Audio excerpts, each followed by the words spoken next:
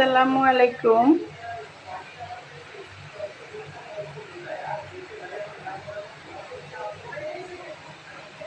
আমি এখন রাতে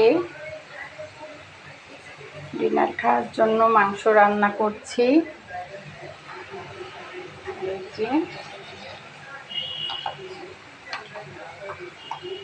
আমি প্রত্যেক দিন চেষ্টা করি রাতে রান্না করতে, দুপুরে রাঁধতে অনেক গরম লাগে দুপুরে রান্না করলে, এই জন্য রাতে রান্না করা ভালো।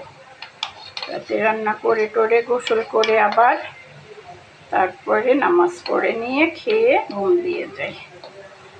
যাই হোক, যার যার প্রয়োজন যেরকম। দুপুরেও রান্না করি, খুব কম। যেমন আজকে করতে হয়েছে, আজকে আমি একটু বাহিরে গিয়েছিলাম, তো আমার তরকারিটা এখন ঝোলের মাংস ঝোলের পানি দিয়েছি। দেখেন মশলা টশলা সব ঠিকঠাক আছে।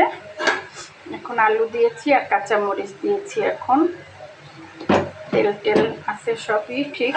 লবণটাও দিয়েছি ঠিক মতো, মশলা সব ঠিক আছে, পারফেক্ট। আমার তরকারিটা জোরে জোরে উঠলাক করে দেখাই। আর হচ্ছে ভাত রান্না করেছি, এই যে দুপুরে সকালে ভাত রান্না করেছিলাম, দুধ রান্না করেছি এটুক।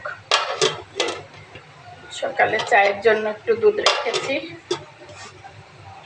আমরা মা আর ছেলেতে খেয়ে নিব দুধটা। আর হচ্ছে আমার মেয়ে খাবে, শুধু একটু অল্প করে ভাত খাবে, তাতে খায় না সে। যাই হোক, আজকে রান্না করছি, কালকে খাবো, কালকে আর দুপুরে রাঁধবো না। আজকে দুপুরে হচ্ছে ওই যে কুমড়া, মিষ্টি কুমড়া ভাজা করছিলাম।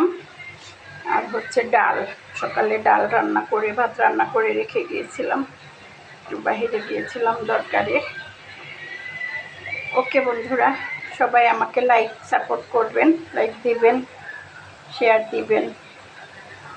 ভুল ত্রুটি হলে, কথায় ভুল থাকলে কমেন্ট করে জানাবেন, কেমন?